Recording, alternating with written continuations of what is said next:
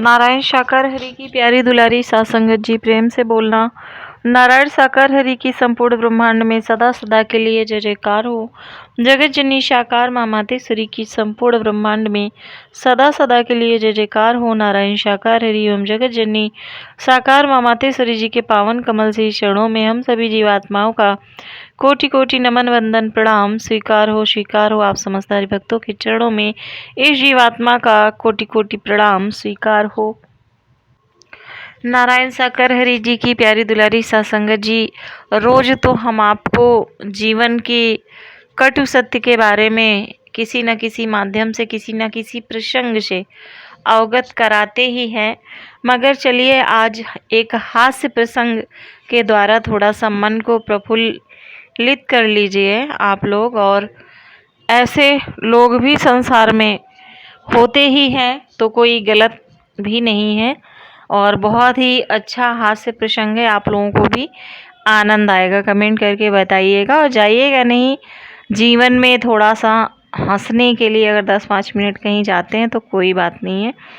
तो प्यारी दुलारी सत्संगत जी, एक सेठ जी थे जो कि बहुत ही ज़्यादा कंजूस थे। उन्होंने अपने जीवन में कभी भी कोई भी दान वगैरह नहीं किया था। वो कहीं आते जाते भी नहीं थे, इसी डर की वजह से कि कहीं पैसे ना खर्च करने पर जाए। बहुत ज़्यादा कंजूस थे। घर में भी एक ही बार की सब्जी में उनके पूरे दिन का, यानी कि 24 घंटे में एक बार ही, इतना ज़्यादा कंजूस थे। जबकि उनको हरि परमात्मा की रहमत से हर तरीके से नवाजा गया था। धन दौलत खूब थी उनके पास, लेकिन मन नहीं था, दिल नहीं था उनका बिल्कुल भी। और जो उनकी पत्नी थी वो आस्थावान थी, पूजा पाठ वगैरह में उनका आस्था था। और जो सेठ जी थे उनका कहना था, अगर कभी सेठानी कहती भी तो सेठ जी कहते कि सब कुछ तो भगवान का दिया है, हम उनको दे के क्या करेंगे।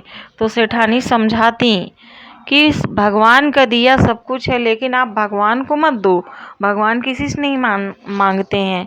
लेकिन अगर आपको सामर्थ्यवान बनाया है उन्होंने, तो कोई भी आप किसी गरीब की, किसी ज़रूरतमंद की, असहाय की, बीमार की, बूढ़े बुजुर्गों की आप मदद कर सकते हैं। इसीलिए भगवान देता है कि आप उनकी मदद कर पाएँ। बहरहाल सेठ जी की समझ में कुछ भी नहीं आता था। वो कहते थे तुम तो बेकार की बातें करती हो, ऐसे लोगों की आदतें खराब हो जाती हैं, बढ़ावा मिलता है। ऐसे कह के सेठ जी पल्ला झाड़ लेते और सेठानी उनसे ज़्यादा कुछ कह नहीं पाती थी। एक बार होता क्या प्यारी दुलारी सत्संगत जी, कि माघ का महीना चल रहा था और सभी लोग गंगा स्नान को जा रहे थे। सेठ जी से बोले, सेठ जी आप भी चलो, आप भी चलो। तो सेठ जी कहाँ जाने वाले थे, बिल्कुल राजी नहीं हुए। लेकिन सेठानी थोड़ा गुस्साने लगी कि दान धर्म करने में तो तुम वैसे भी कुछ नहीं करते हो, क्या गंगा स्नान में भी तुम्हें दिक्कत आ पड़ रही है क्या, उसमें तो कुछ लगता नहीं है, तो गंगा स्नान ही कराओ जाके कम से कम। खैर सेठ ने सेठानी का मन रखने के लिए अपना मन बना लिया कि चलो चले जाते हैं। तो सेठ जी अकेले गए गंगा स्नान करने, कि सबके साथ जाएंगे तो कहीं ना कहीं खर्च करना पड़ेगा। तो अकेले ही गए गंगा स्नान के लिए। उन्होंने देखा जो स्नान घाट थे बहुत भीड़ थी वहाँ पे, तो पंडे भी थे, भिखारी भी थे, मंदिर भी थे। तो उन्होंने क्या, यहाँ तो सब लेने ही वाले बैठे हैं, भगवान के पास में जाओ तो उनके पास भी फूल पत्ती, मिठाई, नारियल, चंदन सब कुछ लेके जाओ। भिखारी के पास से निकलो तो उसे भी चाहिए, पंडा है तो उसे भी चाहिए, तो यहाँ तो देने ही देने वाला काम है। तो उन्होंने चुनाव किया शमशान घाट का, कि यहाँ तो सब रोते बिलखते वाले आते हैं, इस समय कोई है भी नहीं, तो चलो यहीं नहा लेते हैं, गंगा ही तो नहाना है, उधर नहाओ या इधर नहाओ। सेठ जी ने कपड़े उतारे रखे और गंगा जी में घुस गए नहाने के लिए। और ऐसे में ही एकदम से पता है आप सभी को कि भगवान जी, हरि जी बहुत ही ज़्यादा नटखट हैं और उनका नटखटपन सीख के लिए ही हमेशा होता है, किसी का अहित करने के लिए नहीं होता, ये भी हम आप जानते हैं। तो प्यारी दुलारी सत्संगत जी, हरि जी को उस समय मस्खरीपन सूझा और उन्होंने उस सेठ के कपड़े उठा लिए और रख के बैठ गए। सेठ जी ने जब स्नान कर लिया, बाहर निकलने को हुए, उन्होंने देखा हमारे तो कपड़े ही नहीं हैं यहाँ पे। इधर उधर निगाह दौड़ाई तो एक पंडा कपड़ों को लिए हुए बैठा था। अब सेठ जी बोले, भाई तुम कहाँ से आ गए, तुमने मेरे कपड़े क्यों ले लिए हैं? तो पंडा रूपी हरि जी बोले कि भाई घाट पे जो नहाता है उसे कुछ ना कुछ तो देना ही पड़ता है, और तुम तो ऐसे ही चले गए, तो इसलिए मैंने कपड़े रख लिए यहाँ पे। तो अब तुमको तो कपड़े तभी मिलेंगे जब तुम कुछ दोगे, तभी मिलेगा तुम्हें जब घाट का शुल्क दोगे। तो सेठ बोला कि मैं तो इधर शमशान घाट पे आया था, यहाँ पे कौन सा शुल्क लगेगा? तो बोले शमशान घाट ही तो ऐसा है जहाँ से कोई ऐसे जा ही नहीं सकता है, तो हमें तो चाहिए ही चाहिए। बहरहाल मरता क्या न करता, सेठ ने कहा बोलो कितना चाहिए? वो बोले तुम कितना दे सकते हो? उसने कहा मेरे पास अभी है भी नहीं, और मैं तुम्हें एक पैसे से ज़्यादा दे भी नहीं सकता हूँ, मैं तुम्हें एक ही पैसे दूंगा। सेठ ने ऐसा कहा। भगवान जी का तो उस समय मन आनंद लेने का हो रहा था। उन्होंने कहा चलो हम एक पैसे में भी राजी हैं, और कब दोगे? तो सेठ जी बोले मैं लेके नहीं आया हूँ, मैं घर पे रख के आया हूँ, मैं आते जाते आपको दे दूँगा। तो भगवान के रूप में जो जो पंडा जी थे, भगवान ने रूप धारण कर रखा था, उन्होंने कहा कि आप अपना नाम पता लिखवा दीजिए।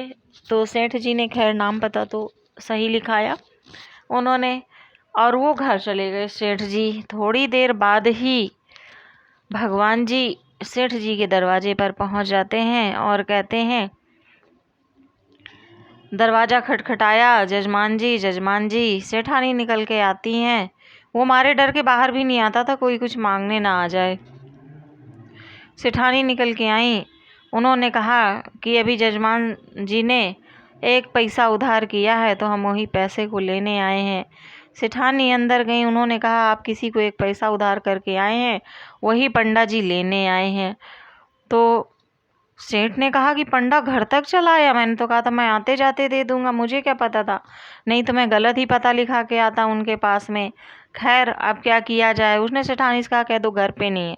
सेठानी ने कहा मैं अभी तो बोल के आई हूँ कि घर पे हैं। तो बोले अब कह दो जाके नहीं है। तो सेठानी कहने गई वो घर पे नहीं है। तो भगवान जी ने कहा कि चलो हम इंतज़ार कर लेते हैं, जजमान जी का इंतज़ार कर लेंगे, तब तक आप भोजन प्रसाद की व्यवस्था कर दीजिए, और समय भी हो रहा है भोजन करने का। सेठानी तो सेठ की आदत जानती थी। सेठानी ने कहा ये तो बहुत ही गजब हो गया है। सेठानी अंदर गई, बोली वो तो भोजन के लिए भी कह रहे हैं, हमने जब मना किया तो। सेठ ने कहा ऐसा करो तुम उनसे जाके कह दो कि सेठ जी बहुत ज़्यादा बीमार हो गए हैं, गंगा नहा के आए हैं इस वजह से, तो वो आते जाते आपको पैसा दे देंगे, ऐसा बोल दो जाके। सेठ ने सोचा बीमारी का सुन के तो ज़रूर ही लौट जाएगा। सेठानी गई, उन्होंने कहा सेठ जी की तबीयत बहुत ख़राब है और अभी खबर आई है, तो आप ऐसा करो आप बाद में आना, नहीं तो वो आते जाते दे देंगे।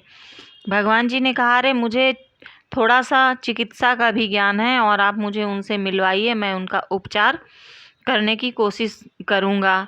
सेठानी ने सोचा ये तो अच्छा, गले ही पड़ के रह गए हैं। सेठानी फिर गई सेठ जी के पास में, बोली वो तो वैद्य भी हैं, उपचार करने के लिए बोल रहे हैं। सेठ ने सर पकड़ लिया कि ये तो बहुत ही ढीठ टाइप का पंडा गले पड़ गया है हमारे। तो सेठ जी ने कहा उनसे कह दो जाके कि आखिरी सांसें भर रहे हैं, और मर गए। सेठ जी मर गए। तो सेठानी बोली अरे शुभ शुभ बातें करो, कैसी बातें तुम कर रहे हो? सेठ जी बोले अरे बोल दो जाके, वो जो है कम से कम मरने का सुन के तो चला ही जाएगा, फिर थोड़ी नहीं पैसे लेगा। तो सेठानी जी जाने लगी, तो वो बोला अरे रोते हुए जाओ, ऐसे तो उनको शक हो जाएगा। तो सेठानी जी रोते हुए बाहर आई और बोली कि सेठ जी तो स्वर्ग सिधार गए, सेठ जी मर गए हैं। पंडा रूपी भगवान मन ही मन बहुत हंसे कि ऐसे भी हठीले कंजूस व्यक्ति भी होते हैं कि सब कुछ दिया हुआ है मगर एक भी पैसा इनको नहीं निकल रहा है। खैर भगवान जी भी कम तो होते नहीं हैं, उन्होंने ज़ोर ज़ोर से आवाज़ लगानी शुरू, सुनो सुनो सुनो मोहल्ले वालों, यजमान साहब तो मर गए, और ऐसा करो जल्दी से इनकी व्यवस्था करो, इनको मरघट पे ले जाना है, शमशान घाट पे ले जाना है, चिता जलाना है। बहरहाल पूरा मोहल्ला इकट्ठा हो गया, उनको ले जाने की तैयारी होने लगी, और सेठ जी सांस साध के एकदम लेट गए कि हम बिल्कुल भी हिलेंगे नहीं। एकदम से अर्थी भी बन गई, रख दिए गए, लेने को भी सब लोग लेके चलने को हुए। सेठानी ज़ोर ज़ोर से चिल्लाने लगी कि नहीं, मरे नहीं हैं, मरे नहीं हैं। सब लोग बोले कि जब किसी के घर का कोई मरता है तो ऐसे ही कष्ट होता है और लोग पागलपन में ऐसा बोलते हैं। तो सेठानी को सब महिलाएं समझाने लगीं कि अरे जो होना था वो हो गया, अब तुम क्या करोगी, ऐसे करके। और सेठानी तो जानती थी सेठ जी मरे नहीं हैं। सब लोग लेकर के सेठ जी को शमशान घाट पे आ गए। अब भगवान भी सोचने लगे, सोच में पड़ गए कि ये अजीब तरीके का व्यक्ति है, इसका क्या ही किया जाए। तो अब भगवान को भी अपनी लीला तो समाप्त ही करनी थी। उसको चिताओं पे रख दिया गया, लेकिन वो बंदा टस से मस नहीं हो रहा। तो भगवान जी उस सेठ के कान के पास गए, उसके कान में धीरे से बोले कि भाई उठ जाओ तुम, मैं तो तुम्हारी कंजूसी से ही प्रसन्न हो गया हूँ, अब तो तुम उठ जाओ। कम से कम तुम मुझे मत देना, मैं तुम्हारी कंजूसी से बहुत ज़्यादा प्रसन्न हूँ, तुम्हें कुछ मांगना है तो मांग लो। तो सेठ ने कहा कि मुझे आपसे कुछ नहीं चाहिए, आप वही 1 पैसा मुझे छोड़ दीजिए जो कि मैंने बहुत ही ज़्यादा गाढ़ी मेहनत के साथ में कमाया है। भगवान जी को बहुत हंसी आई। उन्होंने कहा भाई तू जीता और मैं हारा, तू सुखी रह ले, तू ऐसे ही कंजूस रह, मुझे क्या फ़र्क पड़ता है, क्योंकि जो जैसा करेगा वैसा उसको मिलेगा। तो प्यारी दुलारी साध संगत जी, संसार में ऐसे भी लोग होते हैं, ये तो आपको पता है कि 5 उंगलियां बराबर नहीं होती हैं। आपको प्रसंग कैसा लगा ये ज़रूर बताइएगा, कमेंट करके प्रेम से बोलना। नारायण शाकाहारी की संपूर्ण ब्रह्मांड में सदा सदा के लिए जय जयकार हो।